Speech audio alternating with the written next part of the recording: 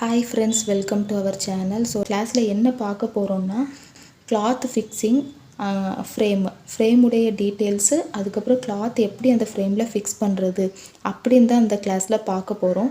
So வாங்க பார்ப்போம். இதுதான் ஆரி ஃப்ரேம். ஸோ ஃபஸ்ட்டு இப்படி தான் இருக்கும். எப்போவுமே ஃப்ரேமில் வந்துட்டு என்னென்னா 18 இன்ச் ஃப்ரேம் தான் நீங்கள் வாங்கணும். ஃப்ரேம்லேயே நிறைய சைஸ் வேரி ஆகியிருக்கு. ஸோ வந்துட்டு நிறைய 16 இருக்குது, ஸோ 14 அந்த மாதிரி நிறைய சைஸஸ் உண்டு. எப்போவுமே 18 இன்ச் ஃப்ரேம் தான் வாங்கணும். ஸோ ஏன் அப்படி 18 இன்ச் ஃப்ரேம் தான் வாங்கணும் அப்படின்னு நான் சொல்கிறேன்னா, 18 இன்ச் ஃப்ரேமில் தான் நம்ம வந்துட்டு இப்போ ஒரு ப்ளவுஸ் ஒர்க் பண்ணுறோன்னா அந்த பேக் நெக் வந்து ஃபுல்லாக கவர் ஆகும். ஸோ அதனால தான் நான் 18 இன்ச் ஃப்ரேம் வந்து வாங்குங்க அப்படின்னு சொல்கிறேன். இதுதான் 18 இன்ச் ஃப்ரேம். ஸோ உங்களுக்கு பார்த்தீங்கன்னா தெரியும், ஒரு ஃப்ரேமில் 2 லேயர் இருக்கும். இது வந்து இன்னர் ரிங்கு. இதில் 2 ரிங் இருக்கும். ஸோ இந்த ரெண்டுமே ஃபஸ்ட்டு நம்ம பார்க்கும்போது ஜாயிண்டில் தான் இருக்கும். இப்படி தான் இருக்கும். இந்த நாபு இருக்கிற ரிங்கு வந்துட்டு அவுட்டர் ரிங்குன்னு சொல்லுவோம். நாபுக்கு கீழே உள்ளே இருக்கிற ரிங்கை வந்துட்டு நம்ம இன்னர் ரிங்கு அப்படின்னு சொல்லுவோம். ஸோ இதுக்கு பேர் வந்து அட்ஜஸ்டிங் நாப் அப்படின்னு சொல்லுவோம். இந்த இன்னர் ரிங்கில் வந்து இப்போ நம்ம ஒரு ப்ளவுஸை ஃபிக்ஸ் பண்ணும்போது அந்த துணி வந்துட்டு சிக்கும். ஸோ டேமேஜ் ஆகுறதுக்கு நிறைய வாய்ப்பு இருக்குது. அதனால் நான் இன்னர் ரிங்கில் என்ன பண்ணி வச்சுருக்கேன்னா, நீங்கள் வழக்கமாக ஆரி மெட்டீரியல்ஸ் வாங்குகிற ஸ்டோர்ஸில் நீங்கள் போய் கேட்டிங்கன்னா அந்த இன்னர் ரிங்குக்கு வந்துட்டு நாடான்னு சொல்லுவோம். ஸோ நீங்கள் போய் கேட்டிங்கனாலே அவங்க தருவாங்க. இந்த ரிங்குக்கு சுற்றுற நாடான் தாங்க, கயிறு தாங்கன்னு கேட்டிங்கனாலே தருவாங்க.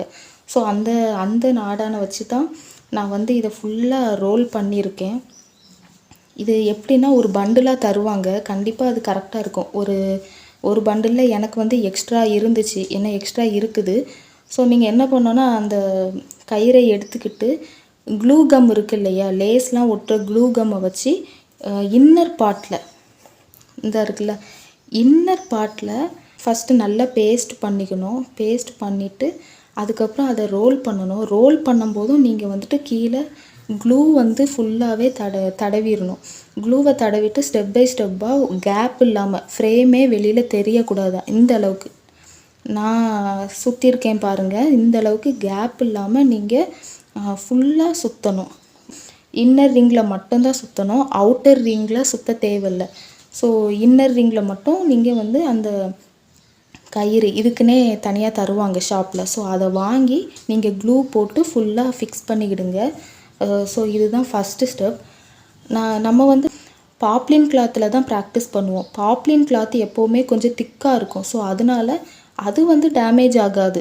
ஸோ அதுக்கு கூட தேவையில்லை. ஆனால் ப்ளவுஸ் ஒர்க்குன்னு வரும்போது கண்டிப்பாக நீங்கள் வந்து இந்த கயிறை வந்து சுற்றிக்கணும். ஸோ அதுதான் ரொம்ப சேஃப்டி. இல்லைனா ப்ளவுஸ் பீஸ் டேமேஜ் ஆயிரும். ஃபஸ்ட்டு இதை வந்து இந்த கயிறை சுற்றிக்கங்க. இப்போ பாப்லின் கிளாத் எப்படி உள்ளே ஃபிக்ஸ் பண்ணலாம் அப்படிங்கிறத பார்ப்போம். இதுதான் பாப்லின் கிளாத்து.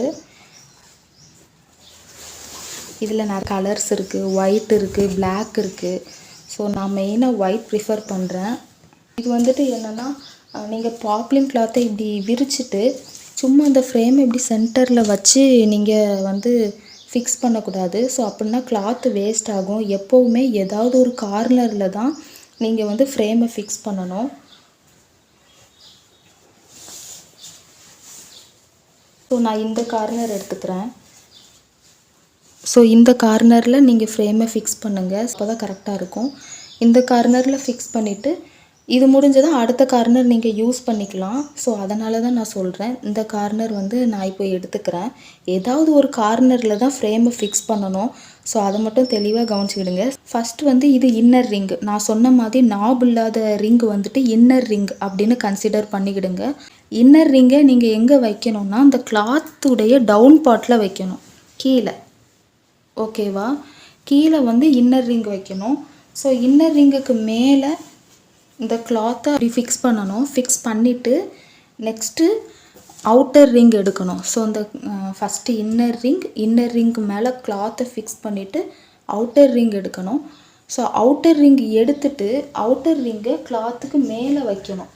மேலே இப்படி வச்சுட்டு ஒரு ப்ரெஸ், நான் ப்ரெஸ் பண்ணியிருக்கேன்ல, இந்த மாதிரி ஒரு ப்ரெஸ் மட்டும் கொடுக்கணும். ப்ரெஸ் பண்ணியாச்சு.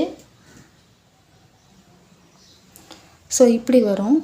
ஒரு ப்ரெஸ் கொடுத்த அப்புறம் இந்த நாபில் ஒரு ஸ்டெப் டைட் பண்ணணும்.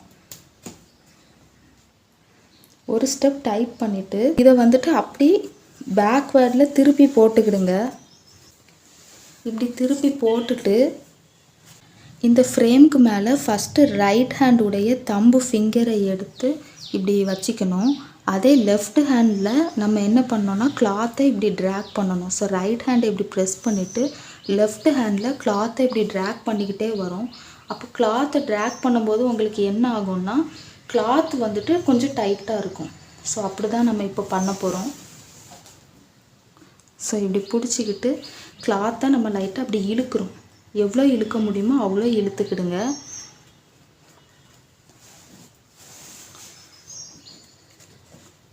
ஸோ இப்படி இழுத்துட்டு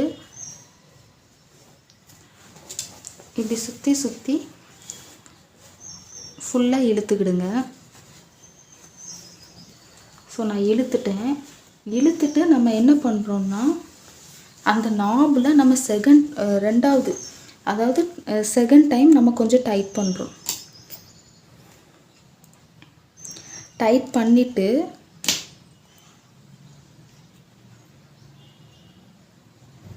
கொஞ்சமாக டைட் பண்ணிக்கிடுங்க. நல்லா டைட் பண்ண வேண்டாம். என்னுடைய ஸ்க்ரூ வந்துட்டு நான் நல்லா லூஸ் பண்ணி வச்சுருந்ததுனால நான் கொஞ்சம் நல்லா டைட் பண்ணுறேன்.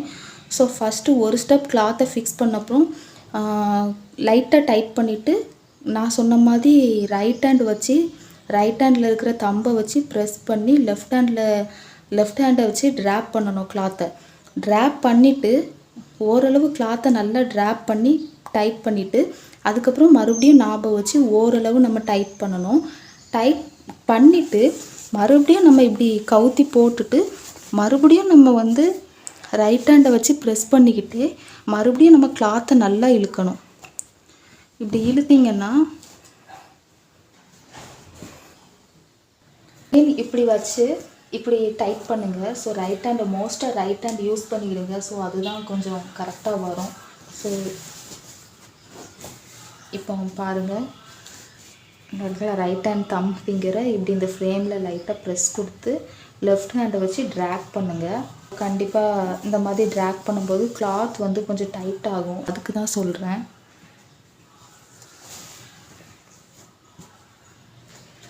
ஓகே, நான் ட்ராக் பண்ணி முடிச்சிட்டேன். இப்போ நான் வந்து எகெயின் டைட் பண்ண போகிறேன். நாபை வந்து நான் டைட் பண்ண போகிறேன்.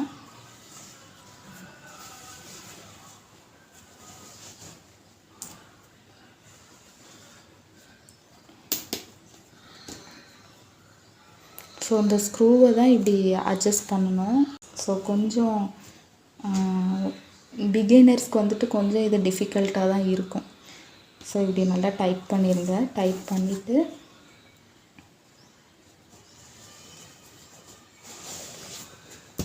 இப்படி தட்டும்போது ஒரு கொட்டு சவுண்டு மாதிரி கேட்குதா? இந்த மாதிரி சவுண்டு கேட்கணும். இப்படி சவுண்டு கேட்டுச்சுன்னா நீங்கள் ஃபிக்ஸ் பண்ண கிளாத் வந்து கரெக்டாக ஃபிக்ஸ் பண்ணியிருக்கீங்க. இப்போது வந்து ஃப்ரேம் ஃபிக்ஸிங் பார்த்துட்டோம். அதில் வந்து கிளாத் எப்படி ஃபிக்ஸ் பண்ணலாங்கிறதையும் பார்த்துட்டோம். நெக்ஸ்ட்டு வந்துட்டு நம்ம அந்த ஃப்ரேமை ஃபிக்ஸ் பண்ணுறதுக்கு ஸ்டாண்டை பார்க்கலாம். ஸ்டாண்டில் எப்படி வைக்கிறதுங்கிறத நம்ம பார்க்கலாம். இதுதான் வந்து ஆரி ஸ்டாண்டு. ஸ்டாண்டுலேயே நிறைய வெரைட்டிஸ் இருக்குது.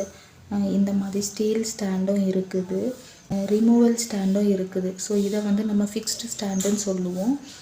இன்னொரு டைப் வந்துட்டு ரிமூவல் ஸ்டாண்டு அப்படின்னு சொல்லுவோம். ஸோ ஃபிக்ஸ்டு ஸ்டாண்டா ரிமூவல் ஸ்டாண்டா ரெண்டில் எது பெஸ்ட்டுன்னு கேட்டிங்கன்னா என்னை பொறுத்த வரைக்கும் ஃபிக்ஸ்டு ஸ்டாண்டு தான் பெஸ்ட்டு.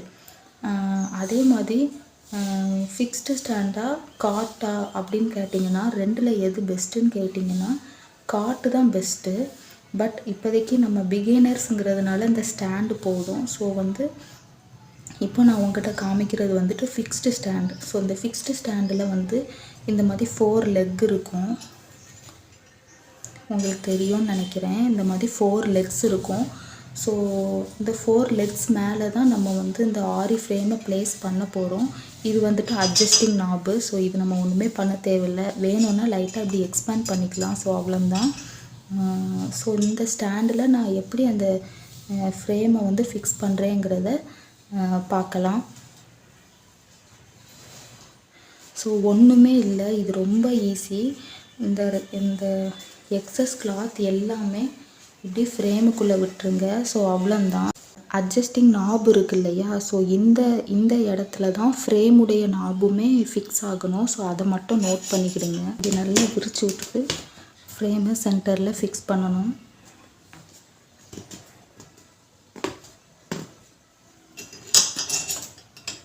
அவ்வளோந்தான் ஃப்ரெண்ட்ஸ். இப்போ வந்துட்டு எப்படி ஃபிக்ஸ் பண்ணோங்கிறத பார்த்துருப்பீங்க. ஸோ ஃபிக்ஸ் பண்ணும்போது இந்த ஸ்டீல் ஸ்டாண்ட் இருக்கு இல்லையா, அந்த ஸ்டாண்டை இப்படி நல்லா எக்ஸ்பேண்ட் பண்ணி விட்டுட்டு ஃப்ரேமை வந்துட்டு உள்ளே வச்சு நம்ம ப்ரெஸ் மட்டும் பண்ணணும். பண்ணி அந்த 4 லெக்கு மேலே அந்த ஃப்ரேம் வந்துட்டு நல்லா ஃபிக்ஸ்டாக இருக்கணும். எக்ஸஸாக கிளாத் இருக்கு இல்லையா, அந்த கிளாத்தை இப்படி மொத்தமாக எடுத்துக்கிடுங்க. இப்படி எடுத்துட்டு இந்த ஸ்டீல் ஸ்டாண்ட் இருக்குல்ல, 4 லெக் இருக்குது, அதில் ஒரு லெக்கில் வந்து இப்படி ரோல் பண்ணிக்கிடுங்க. இப்படி கேச்சர் இல்லைன்னா நம்ம கிளாத்து காய போடுற அந்த கிளிப்பு ஏதாவது வச்சு இப்படி போட்டுக்கலாம். ஸோ இது அப்படி ஸ்ட்ராங்காக நிற்கும். அப்படி இல்லை, இது உங்களுக்கு ரொம்ப டிஸ்டர்பன்ஸாக இருக்குது, ஒரு சைடு நாப் வந்திருக்கு, ஒரு சைடு வந்துட்டு கிளிப்பு வந்திருக்கு, ரொம்ப டிஸ்டர்பன்ஸாக இருக்குன்னா இன்னொரு வழி இருக்குது. நீங்கள் நாபு சைடு இந்த நிறையா கிளாத் வர்ற மாதிரி கிளாத்தை ஃபிக்ஸ் பண்ணும்போதே ஃபிக்ஸ் பண்ணிடுங்க. கம்மியான கிளாத் வந்து ஆப்போசிட் சைடில் வர்ற மாதிரியும், இந்த நாபு சைடு நிறையா கிளாத் இருக்கிற சைடு வர்ற மாதிரியும் ஃபிக்ஸ் பண்ணிட்டிங்கன்னா அந்த எக்ஸஸ் கிளாத்தை இந்த நாபு வழியாக எடுத்து இந்த அட்ஜஸ்டபிள் ஸ்க்ரூவில் நம்ம அதாவது சுற்றிட்டு இந்த இடத்துல ஒரு கிளிப்பை போட்டு விட்டுடலாம். அப்படின்னா உங்களுக்கு நாபு எக்ஸஸ் கிளாத் எல்லாமே ஒரே சைடு வந்துடும். அப்போ நீங்கள் வந்துட்டு ஒர்க் அவுட் பண்ணும்போது உங்களுக்கு எந்த ஒரு டிஸ்டர்பன்ஸும் இருக்காது. ஸோ இது இன்னொரு மெத்தட், இதை வேணால் யூஸ் பண்ணி பாருங்கள். ஸோ நான் வந்துட்டு இந்த தடவை என்ன பண்ணிட்டேன்னா எக்ஸஸ் கிளாத்தை ஆப்போசிட் சைடில் வச்சு நான் உங்களுக்கு ப்ளேஸ் பண்ணி காமிச்சிட்டேன். ஸோ அதனால் எக்ஸஸ் கிளாத்து ஆப்போசிட் சைடில் வந்ததுனால நான் அந்த ஸ்டாண்டில் வந்து ரோல் பண்ணி நான் கிளிப் போட்டு வச்சுருக்கேன். ஸோ நீங்கள் வந்து ஃபிக்ஸ் பண்ணும்போது எக்ஸஸ் கிளாத் வந்து நாபு சைடு வர்ற மாதிரி வச்சு ஃபிக்ஸ் பண்ணிட்டீங்கன்னா நீங்கள் இந்த ஸ்டாண்டு வழியாக விட்டு ரோல் பண்ணி கிளிப் போட்டு வச்சுக்கலாம்.